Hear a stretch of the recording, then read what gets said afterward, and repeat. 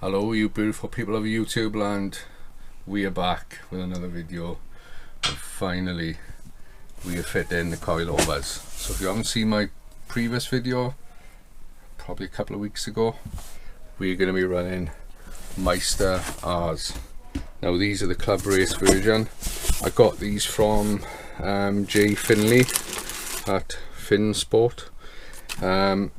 Great service I had from him, by the way.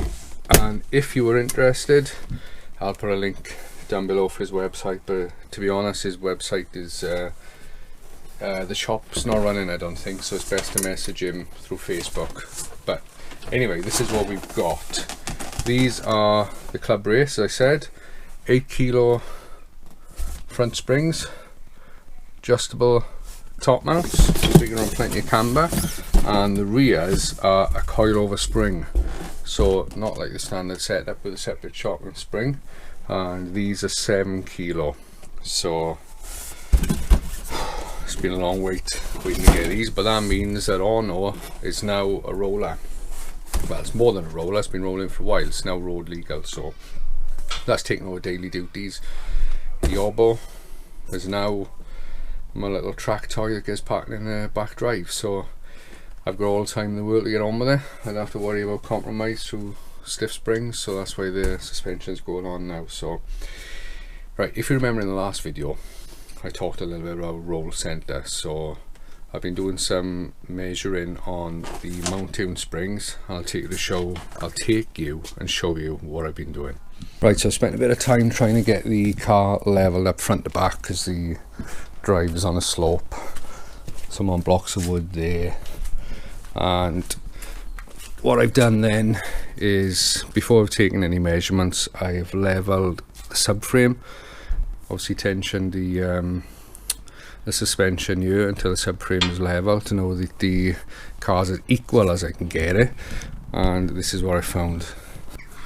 Right, so looking under here, I took my measuring point from where I explained to you in the video, from the centre of the boat there out to the what should be the centre of the ball joint. Now it isn't easy to work out exactly where that would be, so the reference I've taken is this top line of the arm, which should be somewhere around the centre of the ball. Now what I found is perfectly parallel.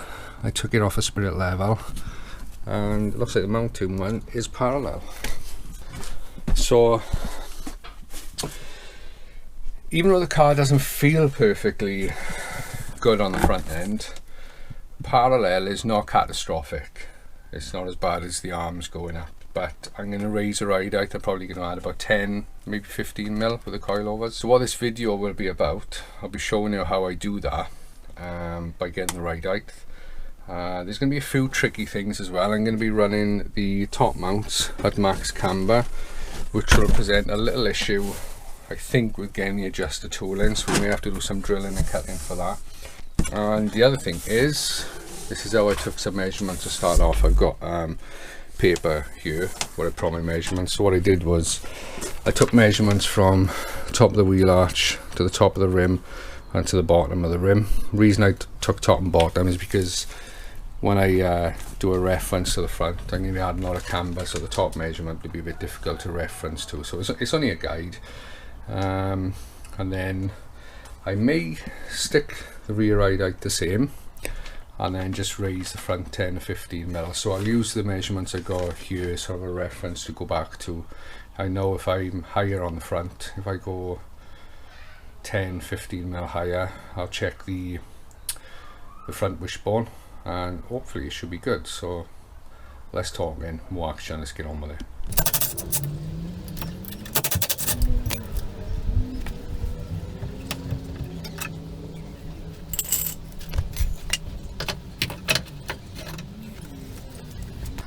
Right, so there we have it. One strut and mountains spring out. Let's go and have a look at our Meister. Now this, I've already put that to full camber because I'm not interested in anything less than full. Camber is king. Unless you can get caster, then caster is king. So I'm going to just check the tightness on them because I think it's loose. Then we'll offer it up and see what issues we're going to have with the adjuster hitting the top of the strut. Right, so this is what we got. You can just about see the top adjuster hole. I've only got 2 of them screwed in at the moment, just I'm trying to figure things out. So as for getting at the camber adjustment bolts, I'm not bothered about that. It's going to be on max, and I don't think that's ever going to be too much for me. The issue I was concerned about though was this adjuster. Now I knew this wasn't going to fit. This part screws onto the top thread there. What I'm going to do is take this apart, take the threaded section off, and I'll be able to drop on. I probably won't leave it on there. I'll keep that inside the car, and then when I want to adjust, I can just slide it in, and that means I don't have to do any cutting. But I think that it might just be touching under here, so I'm going to bolt it all up tight, take it back off, have a look at the marks. I may have to just raise that up a touch, tap it up with an hammer just to clearance it a mil. I've got the strut back in now. I'm trying to do another fit and measure up for the top, but what I wanted to do was bolt back in here and then see exactly what angle we were going to be at the top. But the inner drive shaft has popped out and I couldn't get it back in. I've just had to pull the boot off because no matter how I twisted and turned, it just wouldn't go back on. Finally I've got it back in. I haven't put the boot on yet, so I'm gonna connect these bolts up and continue doing what I was doing.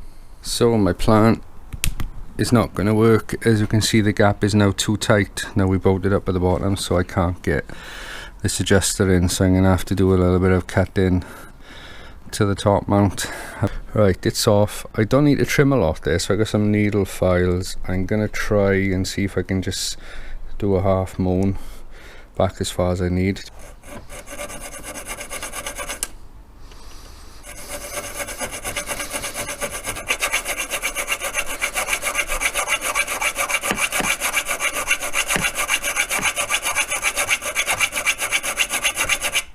Right, so them files got me started but a little bit slow, so I've switched to now a file drill bit. We'll have a go with that. Should be a lot quicker.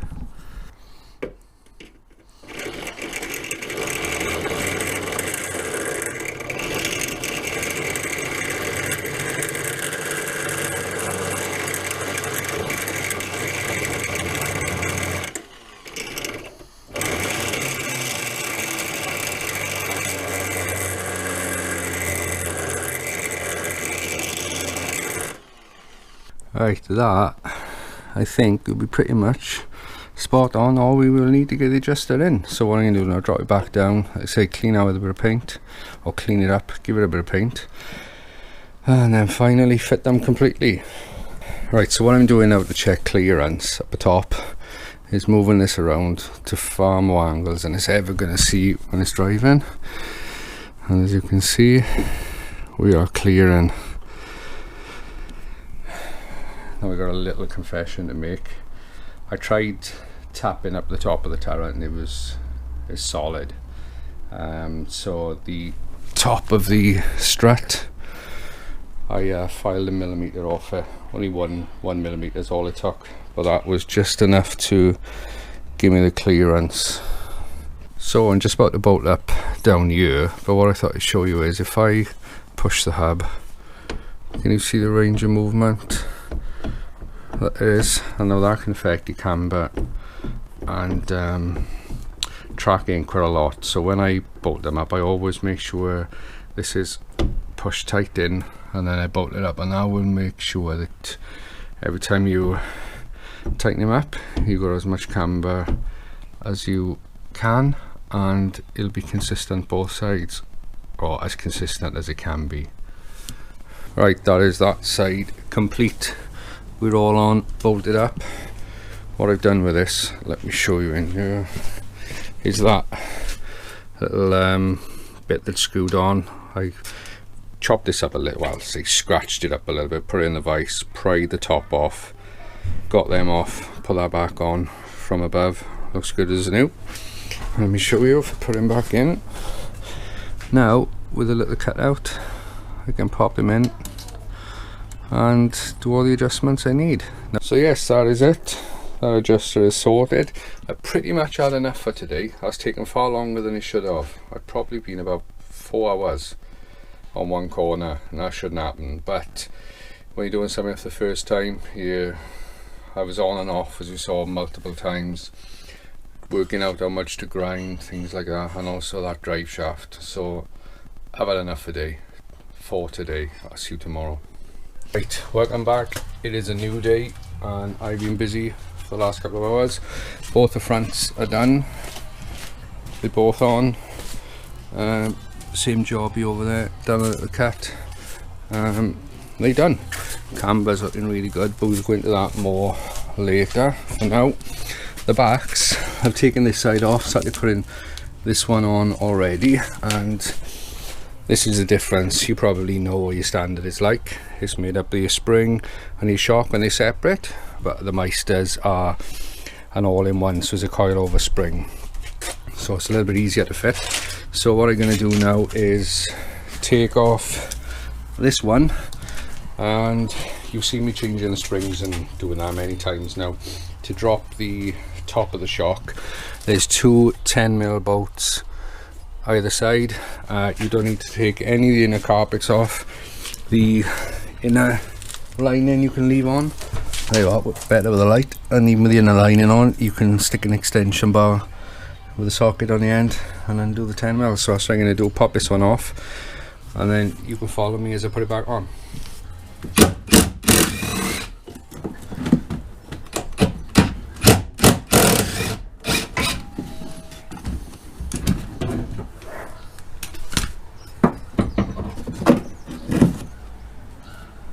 Right, before we put the new coilover on, you can take a 14mm spanner and just knock off the adjuster. Oh, that one's loose anyway. So take him out, because I'm keeping the carpets and everything. Jay supplied a long adjuster, so I've already drilled a hole, and that one, if I can find the right spot, somewhere down there, I've got to find him into the right hole. But anyway, you get the idea. I'll be able to adjust from the top of the carpet. That's the plan anyway. So time to put this one on. Right, so bolting up the back is quite simple. I'm gonna do the jack up now, just to lift the beam until the bottom of the shock hole lines up. Give him a little twist.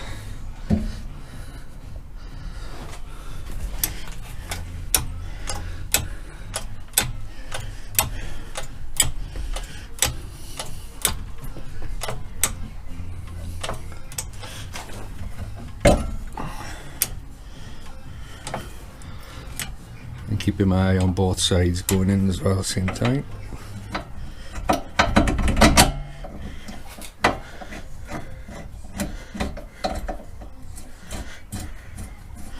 Right, get him started, gun him up.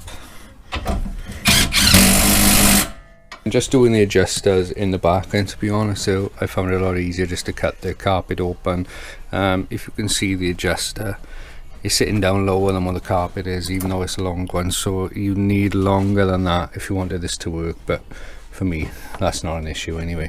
So you can either use the extended one, it's just a little bit easier to get at with the carpet on, or you could just leave your standard ones on, if that's all you have. And I don't know if you can see, let me get the light. There you are, can you see him in the light now? That would work just as well. So take a pick, use whatever you want. I'm going to put them in a safe place and put the long ones down in there. So they're all on. I'm now going through the measuring and leveling stage of the lower arm, trying to see what my roll center looks like.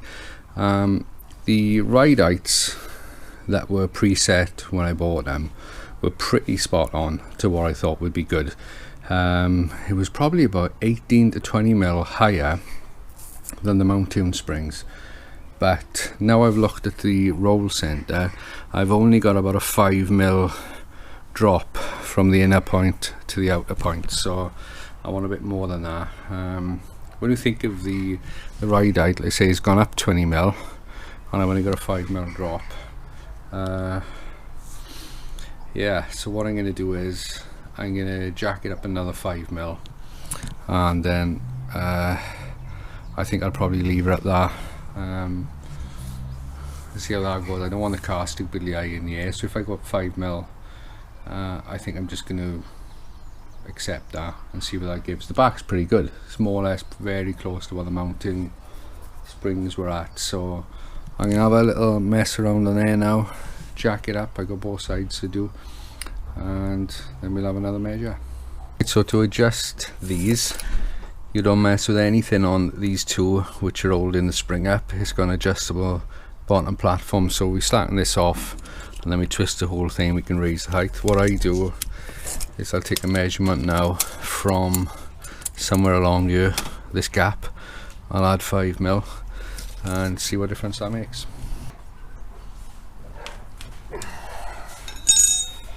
Right, so that's tight and adjusted. I've gone up 5mm. Just the other side to do to match.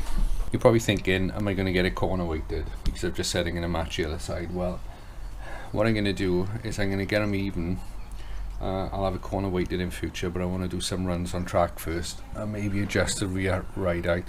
Once I get the front ride height set, I won't be changing it, but the rear I might raise or lower to affect the balance of the car.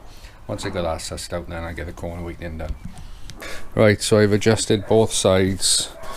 I raised the coilovers 5mm either side. They're more or less equal. I actually put 1mm more on the driver's side because I'm going to be sitting in there. Probably all wrong, but like I say, we'll get corner weight in the future. But it didn't change the roll centre that much, if at all. It's changed the ride height a couple of mil, because where you're adjusting the coilover is different to where the load is on the wheel. But I'm not going to go no higher. I probably got about 5 to 7mm difference of my arm going down, and to be honest, so I think if I want any more, I'm going to be at the stupid ride height. So I'm going to see how that feels. If it gives me any problems, I can always raise it in future, but I still think I'm pretty much higher than what most people who are tracking are anyway. What I thought is, the way I've been taking measurements is from the bottom of the rim to the arch. Earlier I took measurements from the top, but because I got so much camber, that's off now as a reference to before. But what I thought is, if you were interested in knowing exactly what my height is, I'm going to take a measurement for you from the bottom of this. So if you put a 32mm on your hub nut and take a measurement, I'll hold them on square from the bottom here to the arch. No matter what size wheels you're on, that should be equal. At least I think it should. I can't see any reason why it won't. Right, so that is 351, 352mm. So if you get a chance and you have got a track Fiesta, take a look at yours. Let me know what you've got. 350, let's call it 352mm I've got. So what I'm going to do now, back wheels off, check all the coilovers tight. I'm happy with our ride height, and I've been spraying them down with this, which is an anti-friction WD-40. It's just something I had in the shed. It's drier than normal WD-40, so just going over it with that. Right, I am all finished, and that is the ride heights that I'm left with. I don't think it looks too bad. Front's higher than before, back's exactly the same. Let me try and show you some of the front camber. I don't know if we can pick up on that on camera, but if I do this, just some app on the phone, so if you can see, showing 3 degrees. Let me go and show you where the ride height differences are. So the front is 23mm higher than it was on the mounting springs, and the back is more or less exactly the same, give or take a mil or two. Like I say, I'm going to drive it at Castlecombe in a couple of weeks, and then I'll get a feel for what it's like. I'll adjust the rear ride height to suit. I got the shocks to play with. We got lots to play with, and I'm looking forward to it. So you probably want to know, what's it drive like? Well, I need to have the alignment done because I had a massive amount of towing. I've wound some of it out, but I'm going to take it for a 4-wheel alignment and then take it for a drive. But to be honest, I always find when I do mods, you can't get a full appreciation for what they like on the road for me, I need to get on track, and I think that's where I can assess how much of a difference it's made. So that's what we'll do in a couple of weeks time. But for now, hopefully you've enjoyed watching this video. Thank you very much to all of you for watching. Thank you to Jay at Finsport for supplying me with the coilovers. Check out the links below. Right, thanks very much for watching. I'll see you on the next one. Bye.